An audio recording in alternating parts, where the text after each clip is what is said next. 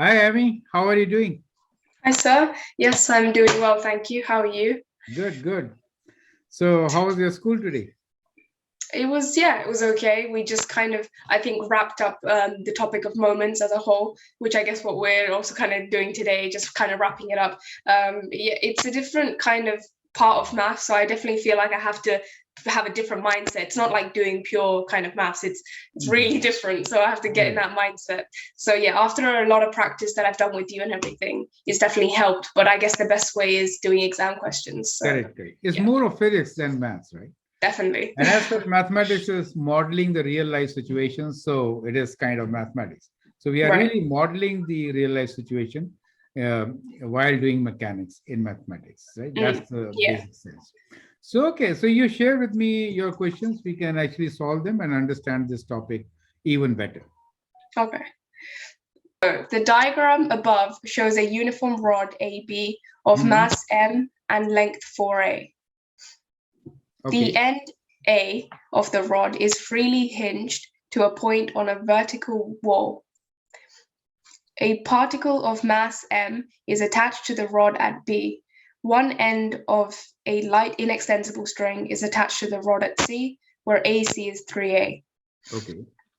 The other end of the string is attached to the wall at D, where AD is 2A and D is vertically above A. Mm-hmm. The rod rests horizontally in equilibrium in a vertical plane perpendicular to the wall, and the tension in the string is T. So part A, show that T is mg square root 13. Okay. So we have the tension and the strain. So whenever you get problems related to tension and forces, the best idea is to resolve these forces into its horizontal and vertical components, correct? Yep. So that is the first thing which you should be doing. So let's resolve this T into its horizontal component and its vertical component, right? So let us say that is the vertical component. So what is the angle? Let's say this angle is theta for us. We can actually find the angle theta also because the triangle is given to us 2a and 3a. So what is d to c length? D to C. Yeah, Can you just do like 2a square trig? plus 3a square square root, right? Yeah, basic trig.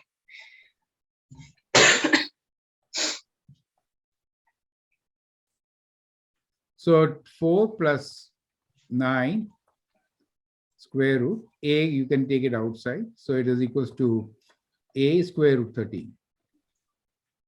So we have this length which is a square root 13. Now, if that is the angle theta, in that case, the vertical component will be sine theta, right? So it will be t sine theta. The horizontal component will be t cos theta. Yeah. So we know what is the sine theta value. Sine theta value is uh, 2a over 3 over square root a, right? So let's write down. It is t times sine theta is 2a opposite side over the hypotenuse, which is square root 13a, right? Is T the tension above like where C is? T is the tension, yeah, yeah, in the string that is given to you, right? Mm-hmm. Tension in the string is T, right? Like at C. Yeah. So it is tension times 2 over square root 30. Is it okay? This is the vertical component, T sine theta. Let us also find the, okay, in this case, because we are working, we want to find the tension. So we have this vertical component. Now, let us resolve the vertical forces.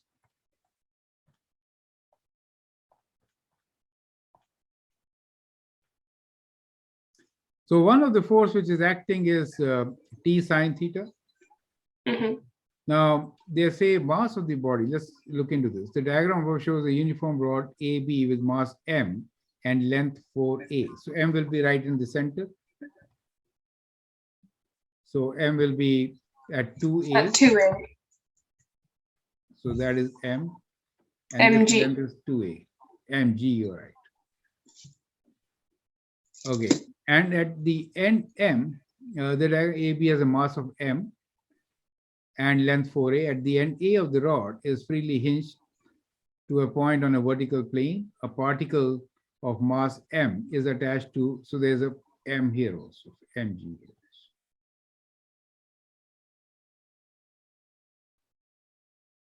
On the other end of the string and is attached to the wall at D, where AD is 2 and the rod rests in equilibrium in the vertical plane perpendicular to the, so that is the status, correct?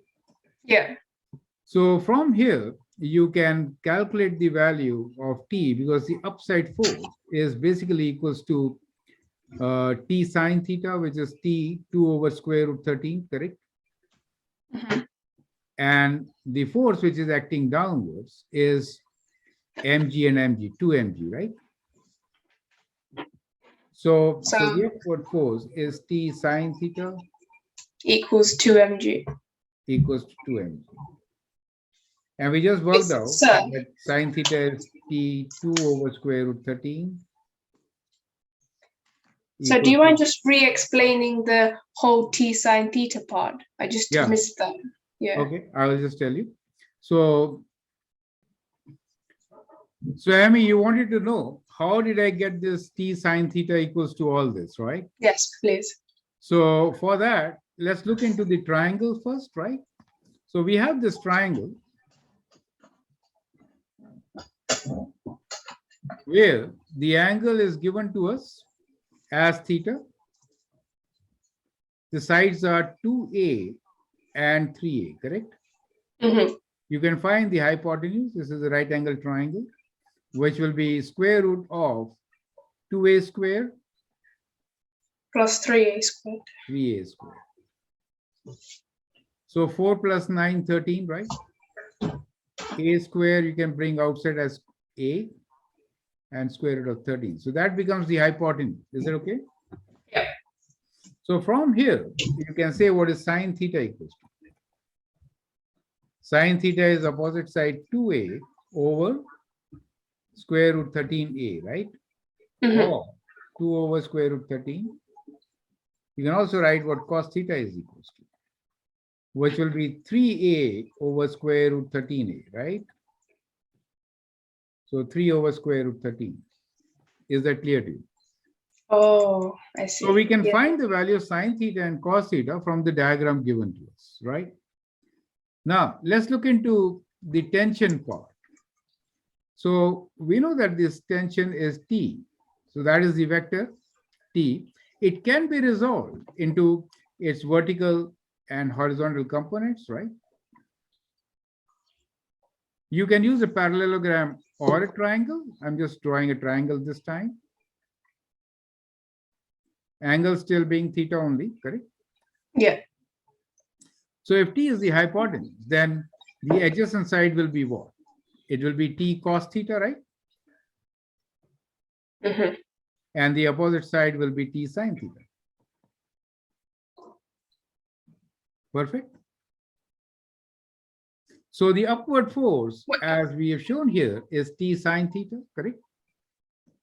So when you are doing vertical forces, the upward force, the only vertical force which is acting directly upwards is T sine theta. Is it always like that? Yeah. I don't know. I'm being really stupid. Why is the upwards one T sine theta? Because I thought what we proved was sine theta and cos theta. But how do I know that the up is T times sine theta? Okay, look at this triangle once again, right? T is your hypotenuse, correct? Let us say this force is, let me write Fy, and this force is F of x, correct? Fx, correct? Is it okay? Yeah. So what is sine theta equals to? O over h. Fy so Fy over T. Right? Yeah. So what is Fy equals to? Oh, T sine theta. T sine theta. Oh, what? Okay. Yeah, when I see it like that, it makes sense. Oh, okay. Yeah, that was really hard to F picture. of x Thank you. is T cos theta, right? Yeah, that's clear. Thank you. So basically, remember that, we have a triangle, so you can see the sides of the triangle and find what cos theta and sine theta is. then you can make a force diagram. This is a vector force diagram where we have resolved the force into its horizontal and vertical components. So adjacent side being cos theta, opposite side being sin theta, right? Yeah. Hypotenuse always will be more than the other two, right? So multiplying by sine or cosine will make it smaller in magnitude. Makes sense, right? Yeah. So now, so you understand that T sine theta is basically equal to the vertically upward force. So, and the downward force being the two masses at the given point, center and at B, right? So we'll equate the two. That is 2 mg here. And so T will be equals to 2 and 2 cancel, square root 3, 13 mg, right?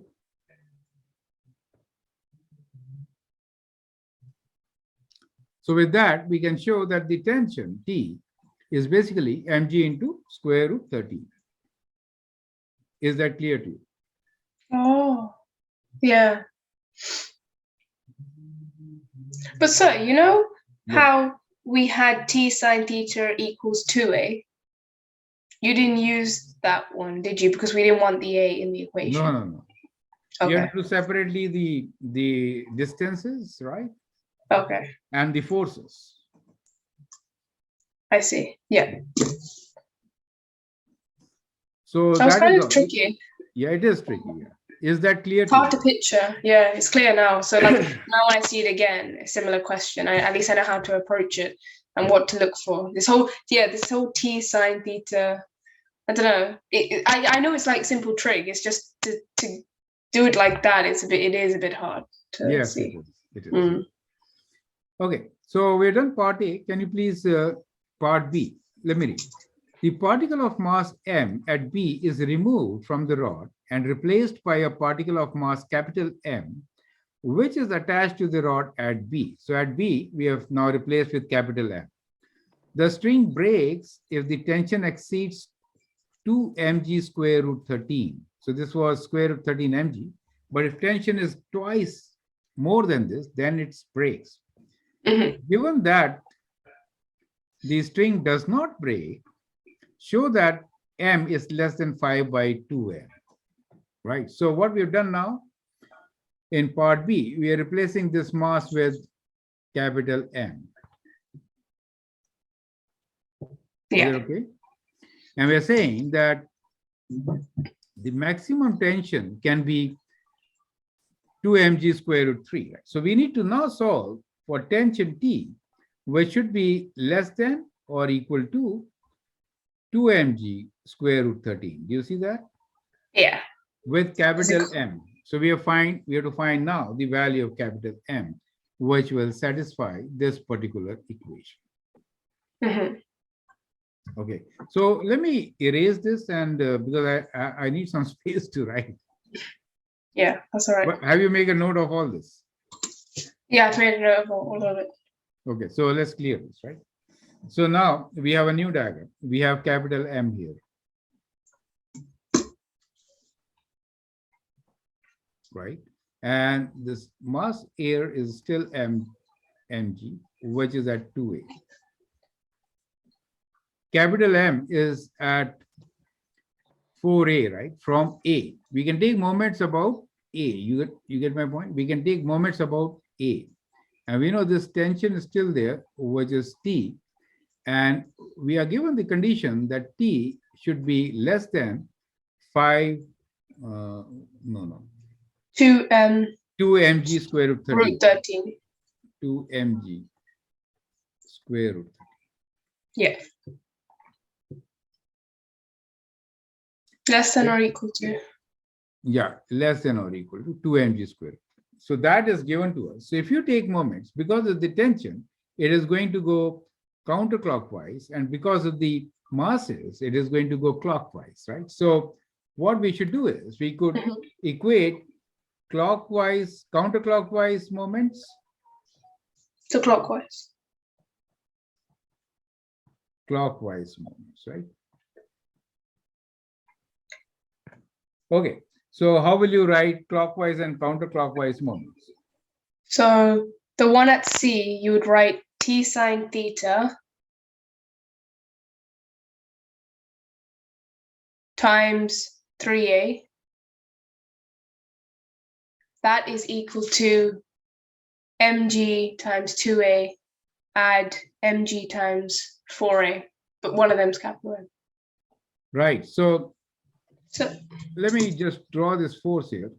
Let me write here T sine theta. Okay.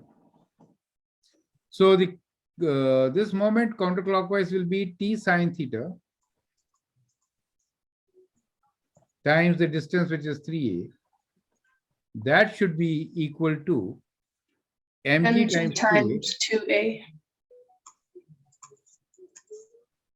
plus add capital mg mg times 4a. 4a. We can cancel g. Oh, no. Oh, T sine theta was 2a. 3a, 3a. No, T sine theta was 2a from like the previous. Do you remember when we did it? So can't we sub that in Okay, you mean and get everything in T terms of sine a? theta, T sine theta will be 2a over square root 13. 2 over square root 13, right? That was sine theta. This one was T sine theta is 2a. I was thinking the a square, how does that come into picture? Equals to mg Yeah. times 2a plus capital mg times 4a, correct? So Yep. a will now cancel.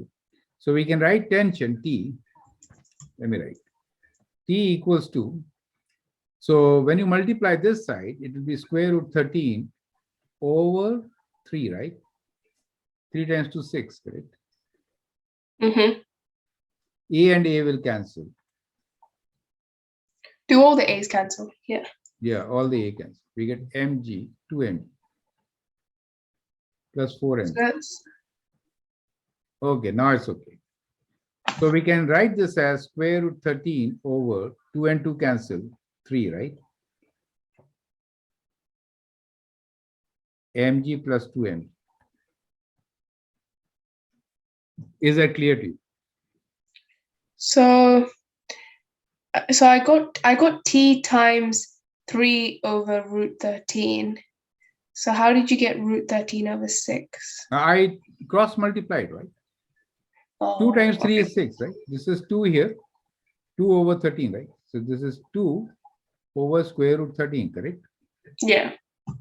So 2 times 3 is 6. So I took it here in the denominator. Oh, okay. Yeah. Is that clear? Yeah.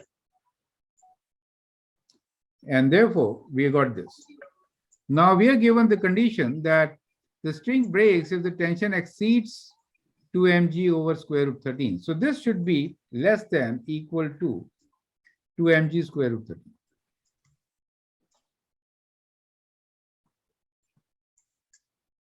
Multiplied by square root 13. Is that clear to you? Mm-hmm. So are we gonna cross multiply again? So square root 13, square root 13 cancel. Yeah, we can cross multiply and isolate m, right? Yeah. So let me rewrite this equation here. We have square root 13 over 3 within bracket mg plus 2mg less than equal to 2mg square root 13, correct? Mm-hmm. Okay, so square root 13 I can cancel. And now we'll cross multiply with 3. So we get what? We get mg plus 2 capital Mg is less than equal to, g and g also cancel, 6 mg, right? We'll cancel g and g also. So we can isolate m. So 2m is less than equals to 6m minus m, right? Those are small m's. So this is capital M is less than equal. 6 minus this is 5, right? Oh, I've been writing them all as like so similar. Yeah. Yeah, that's why there was confusion. Capital M, right? And this is capital M. Which one was capital? The 2mg. 2mg. Yeah. Okay. Yeah. So that's why it didn't work. Okay. Yeah. That's fine. So now I think it's okay. So that is how you could get your condition. Correct? Oh, we did it. Yeah. That wasn't that bad. Yeah. Yeah. Mhm. Question like this? Or- Yeah, let's do this. Yeah. Yeah. Can you please read the question? So a plank rests in equilibrium against a fixed horizontal pole. The plank is modeled as a uniform rod AB and the pole as a smooth horizontal peg perpendicular to the vertical plane containing AB. The rod has length 3A and weight W and rests on the peg at C, where AC is 2A. Okay. The end A of the rod rests on a rough horizontal ground, and AB makes an angle A with the ground, as shown in the diagram above. So part A, show that the normal reaction on the rod at A is 1/4 4 minus 3 cos squared alpha times W. Correct. So we need to find this reaction at A. Correct. So Okay. the diagram has been drawn for us. All the dimensions are already given. This angle here is alpha. So a plank rests at equilibrium against a fixed horizontal pole. The plank is modeled as a uniform rod A to B, and the pole is a smooth horizontal peg perpendicular to the vertical plane containing AB. So that is the peg. The rod has a length of 3A as shown here, and the peg rests at AC equals to 2A. The end A of the rod rests on the rough ground, so there is a friction there, and AB makes an angle of alpha with the ground, as shown in the diagram. Show that the normal reaction on the rod at A is 1/4 of 4 minus 3 cos square alpha times W. So where W is the weight, right? Where is So, W again? Weight. Oh, at C. Okay. No. Weight will act at the center, right? The rod has length 3A and weight W. Oh, and rests on the peg at C. So that will be at 1.5A. Do you see that? When it says it rests on the peg at C, it seems like the weight W is at C. No. Weight will be at the center, right? Which is 1.5A from capital A, right? But why does it say the rod has length 3A and weight W? And weight W, rod's dimensions are that this rod is of length 3A, right? And the weight is W, right? Oh, okay. And So we at should act 1.5. right in the center, correct? Yeah. That means at 1.5. 1.5. Is it okay? Mm-hmm. Correct. So weight W and rest on the peg. This and that is another extra support there, right? So like it is leaning and it's got an additional support there. Yeah. Otherwise, it will just fall, correct? Right. Now, in this particular case, the rod could move horizontally, correct? However, it is kept there because of the frictional force. Now, if you read the part B also, can you please read part B? So given that the rod is in limiting equilibrium and that cos alpha is 2/3, part B, find the coefficient of friction between the rod and the ground. So that's mu. Yeah. So because of that reaction, there will be a frictional force, which is keeping it there so that it's not letting it slide towards this side. Do you see that?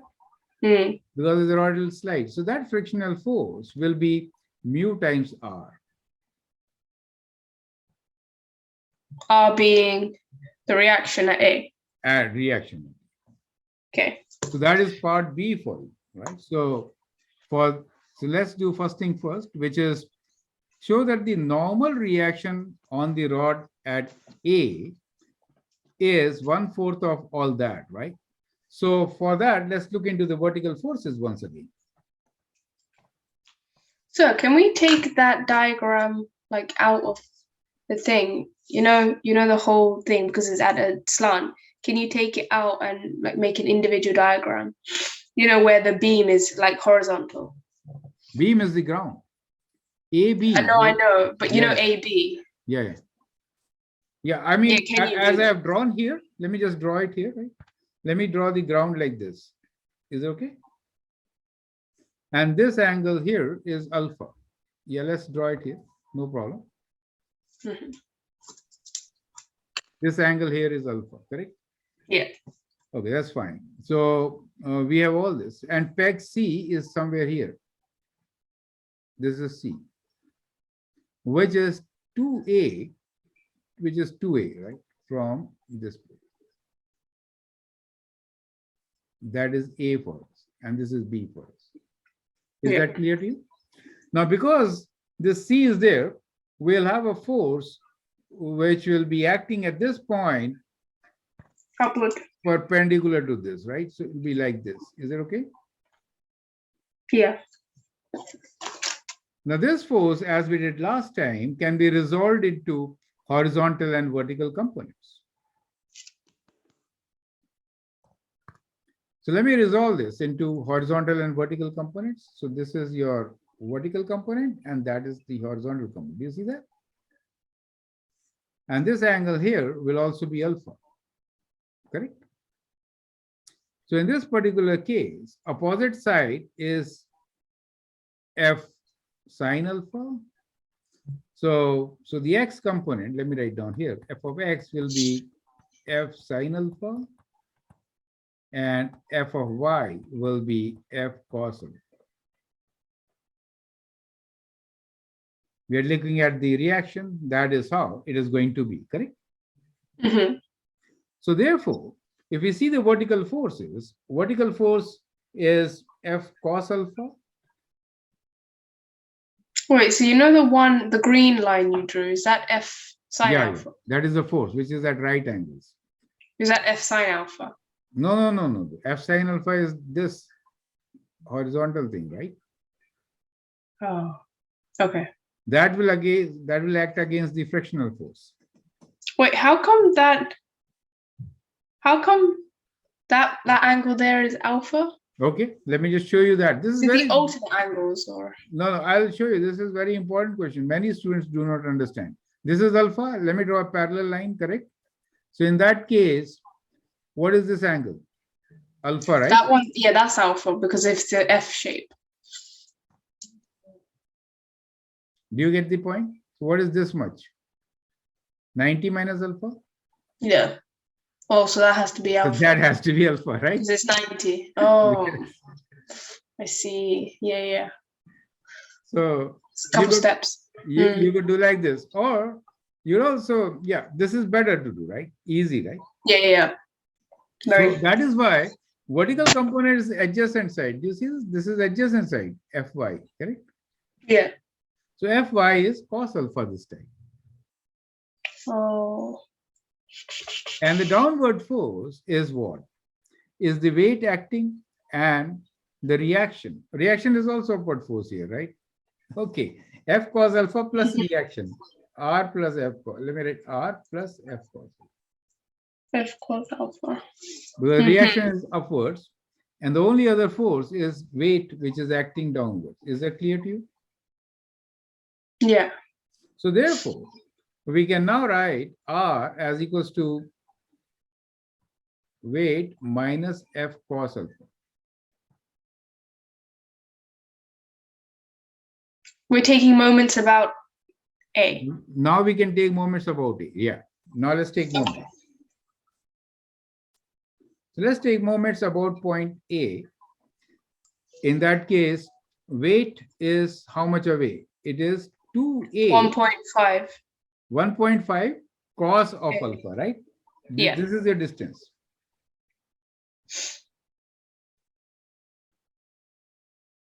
But is W is not perpendicular to the beam? No, it's not perpendicular. It acts downwards, right? And therefore, Yeah. the distance with A is this distance, correct? 1.5 cos alpha. Yeah. So you need to do W times 1.5 cos alpha. Yes, you have to do W times Oh. 1.5, W times 1.5 cos alpha. So this is one force which is acting in the clockwise direction, right? Yeah. The force on the other side is acting in the counterclockwise direction, correct? Yeah.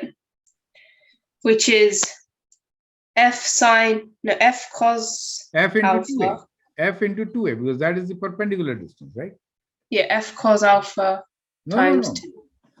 F as a whole acting 2a distance away from A. Do you see that?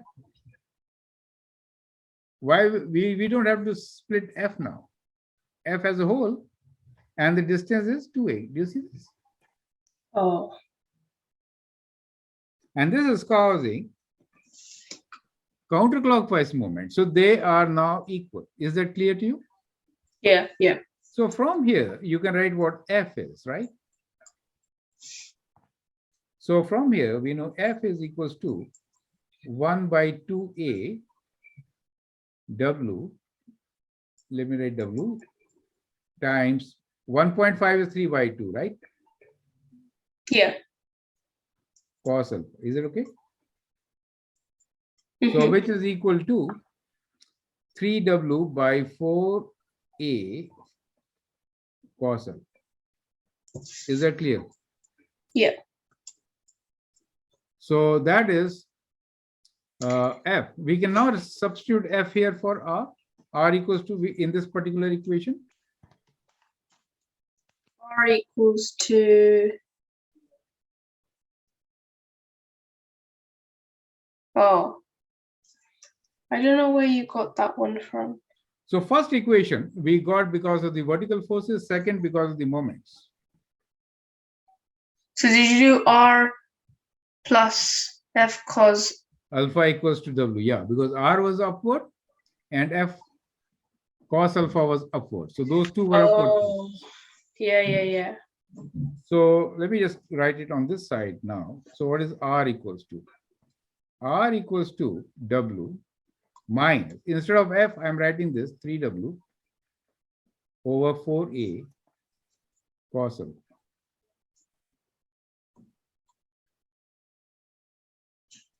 Yeah. So 1.5A, sorry, 1.5A it was. So A and A will cancel. 1.5A, right? Oh, yeah. Yeah, 3 by 2A. A and A will cancel.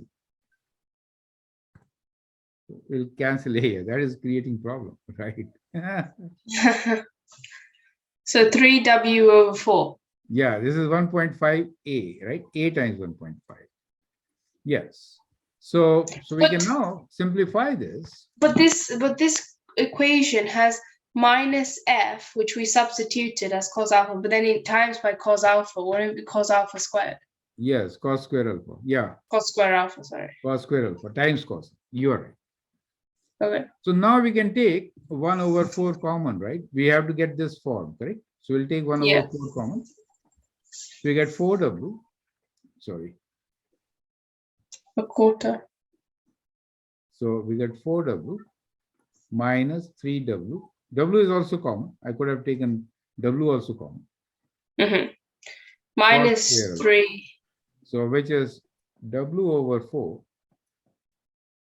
4 minus 3 cos square. Yeah, we get the same thing. Oh. Does that make sense? Yeah. Yeah. It wasn't kind of tricky. So first you have to look into the vertical forces. Then you get one relation, which is R equals to W minus F cos alpha. Then you take the moments. Once you take the moments, you find what F is in terms of W. Right. Yeah. And then you substitute the value of F. So let's say this is equation 1, this is equation 2. Then you sub 2 in 1, right? Yeah. And then you can solve for R and get the expression which is required. So that is how you're going to do it.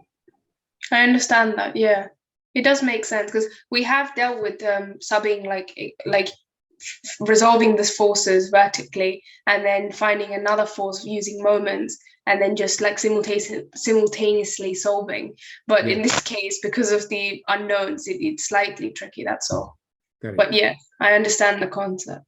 Good, good. Now we can get to the second part of it, which is given that the rod is in limiting equilibrium and that cos alpha is 2 over 3. So they've given you the value of cos alpha.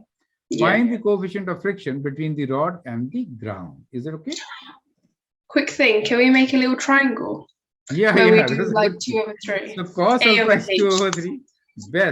Best thing is to make a little triangle here. 2 over 3. Cos alpha, this is alpha. And 2 is here and 3 is there. So this side is 3 square minus 9 minus 4 square root, correct? Yeah. Which is square root of 5. Square root 5. So we have the opposite side as square root 5, which will be required. Since now we are working on the horizontal side. Is it okay? Yeah. Find the coefficient of friction. So friction is acting opposite to the force, which is here. So this force, which is F of sine alpha, will try to slide it. But the frictional force mu times R will keep it at the same place. Right, right. And therefore, we have F of sine alpha equals to mu R. Mu We have R. to find the value of mu by solving this equation. Oh, we know R because we just found it. But in R, we'll put the value of alpha right now. Cos alpha. Cos alpha is 2 over 3. So let's find what R is. So mu equals F W sine over 4. alpha over R. 4 minus 3. This is 2 over 3 whole square, right? So times, let me write 4 over 9, correct? Because cos square alpha is 4 over 9, correct? When cos alpha is 2 over 3, 4 over 9, correct? So you can simplify this part. How much do you get? 4 over 3, 12 minus 4. Let me write W. We can open the bracket, right? W times 4 and this cancel. We get 1 minus 3 over, this is 1 over 3, correct? Correct. So we get 2 over 3 W.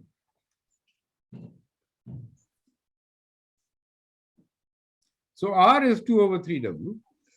We can also find what F is. 3 times F. I'm getting 8 over 3. Oh. No. Wait, don't you do 3 times 4 over 9? Yeah. Which is 4/3. And then 4 minus that. No. Oh. You just divide both by 4, right? So you get 1 over 1 minus 1/3, which is 2 over 3. Open the bracket. There is 4 outside. Correct? Oh, yeah. So dividing is better. Then you work with smaller numbers. Oh, right. Okay.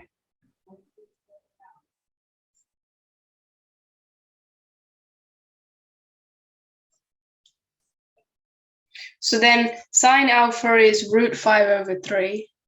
And F is, we can find F also. So we have F equals to 3 over 4 W. Cos alpha,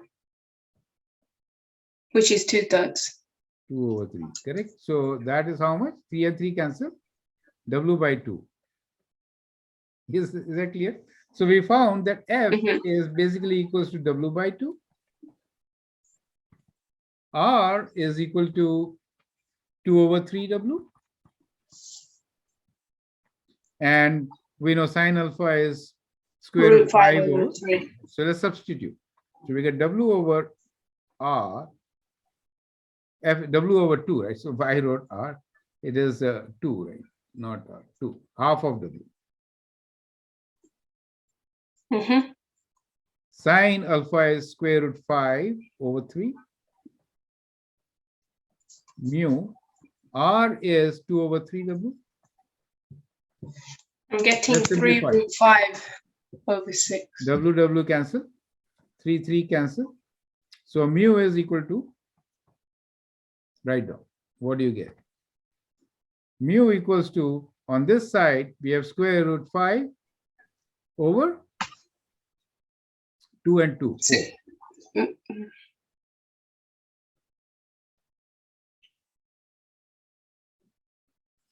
So bring this 2 down, cross multiply.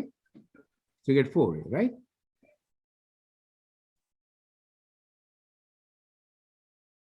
Mhm. I have very less space here, so I just squeezed the things in. No, you probably got it right. I just don't know where I went wrong. I put all the same values as you inside. Okay, tell me what are your values? We can work on them. So w over 2 times root 3 over 5. No, root No, no. 5 over 3. Sorry, No, sorry. start with F. What is F? W over 2. Correct. Sin No, alpha. F is W over 2. Sin alpha. Root 5 over 3. Correct. And R.